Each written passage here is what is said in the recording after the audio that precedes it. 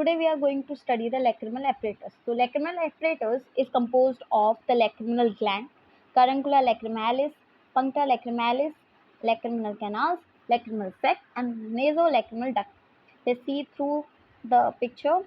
These are the lacrimal glands which is present at the supraorbital fossa below supraorbital fossa, and there is the ducts which are called the ducts of lacrimal glands. Then we have conjunctiva sac, puncta, lacrimal puncta. These are the lacrimal glands and lacrimal caruncle. This is the triangular space there. Lacrimal canaliculus, which transfer the tears through ear from eye to the nose. Lacrimal sac is there, and we have nasolacrimal duct. Next, we have the position of the lacrimal gland. The lacrimal gland is situated below the supraorbital process. Now, this eyebrow part is called the supraorbital process. यहाँ पर आपको ना ऐसा उठा feel होगा. You can feel this at your eyebrow, and that is called the supraorbital process. And it is present below the supraorbital process. This is supraorbital process, and it is situated below and inside of the upper lateral margin of the orbital cavity. This is the medial margin, so this will be the lateral margin. Lateral margin के ऊपर है, so it would be at the supraorbital margin of the orbital cavity. This we have already seen in the lecture of orbital cavity. Next, you can see all these pictures to understand better. And this is the supraorbital process, and this is the lateral margin, और lateral margin के भी ऊपर पाया जा रहा है. So this is the position. You can check all these pictures to have the better understanding. Now the lacrimal gland is lobulated in structure. You can see here there are lobules in the lacrimal gland, and these lobules are of two types. The lacrimal gland have two parts, which is orbital parts and palpebral part. The orbital parts have around 4 to 5 ducts, and palpebral part have around 6 to 8 ducts. ठीक है? So lacrimal gland is lobulated and it is made up of many tubulo acinar. मतलब इसमें क्या होता है ना, काफ़ी सारी एसिनर मतलब ग्रुप ऑफ सेल्स हैं और जो कि एक ट्यूब के थ्रू कनेक्ट होता है. That is why it is called the tubulo acinar structure.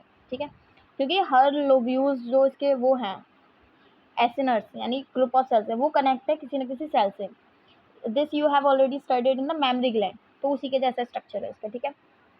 The secretion of the lacrimal glands are tears. Tears इसका सिक्रीशन होते हैं जो कि कन्वे होते हैं through the excretory duct which is also called the lacrimal duct, जो कि भी हमने पढ़ा. 12 lacrimal duct पाई जाती हैं.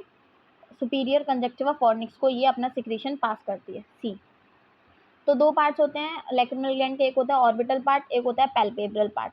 ऑर्बिटल पार्ट में अराउंड 4 to 5 lacrimal duct पाए जाते हैं और पैल्पेब्रल पार्ट में अराउंड 6 to 8 lacrimal duct पाई जाती हैं. इन डक्ट के थ्रू टीयर्स पास होगा टू द कंजक्टिवा फॉर्निक्स. ये जो एरिया है ना, इसको कंजक्टिवा फॉर्निक्स कहते हैं आईज में. Clear. Next, the lacus lacrimalis. तो it is a triangular space at the medial angle of the I.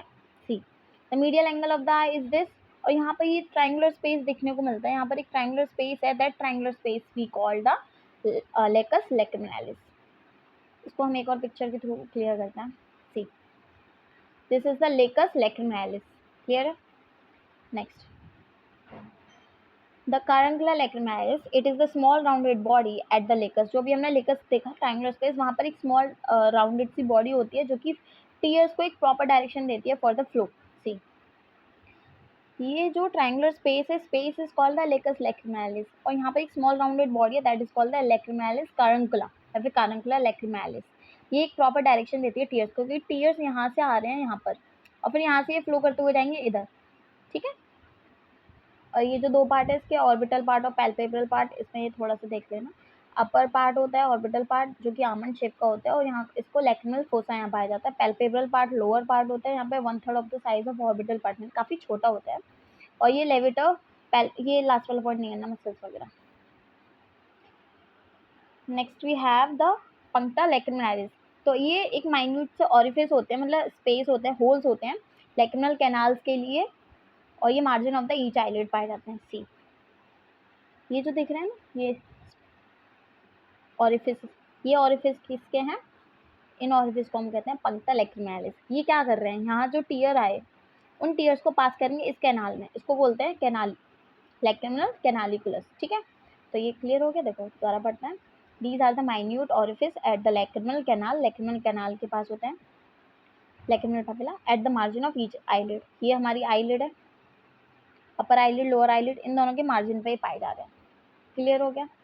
Close to the lacus लैक्रिमालिस, ये लेकस लैक्रिमालिस है ट्रायंगुलर एरिया, उसके क्लोज में पाए जाते हैं, मार्जिन ऑफ द आईलिड पे पाए जाते हैं। ये माइन्यूट ऑरिफिस होते हैं जो कि ट्रांसफर करेंगे टीयर्स को to the lacus lacrimalis. Clear? Lacus lacrimalis, lacus canaliculus, sorry, see, ये है लैक्रिमल कैनालिकुलस और ये है पंक्टा। तो ये पंक्टा क्या कर रहा है, टीयर्स को यहाँ से कलेक्ट करेगा और यहाँ कैनाल में डालेगा। ठीक है, क्लियर हो गया?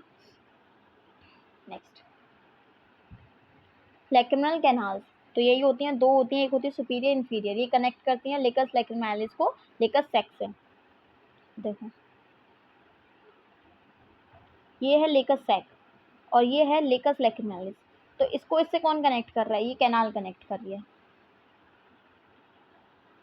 नेक्स्ट, द लेकस सैक, लेकस सैक क्या है, लॉस्ड इन अ फोसा, एक स्पेस है नोज के अपर पार्ट में, वहाँ पर ये रखा हुआ होता है और ये in front end of the medial wall और द ऑर्बिट, ये फ्रंट एंड में पाया जाता है, ये जो फ्रंट एंड है ना ऑर्बिट का, यहाँ पर पाया जाता है, इसको बोलते हैं। ठीक है, next we have nasolacrimal duct. It starts from the sac and passes through the nasolacrimal canal and opens into the external wall of the nostrils.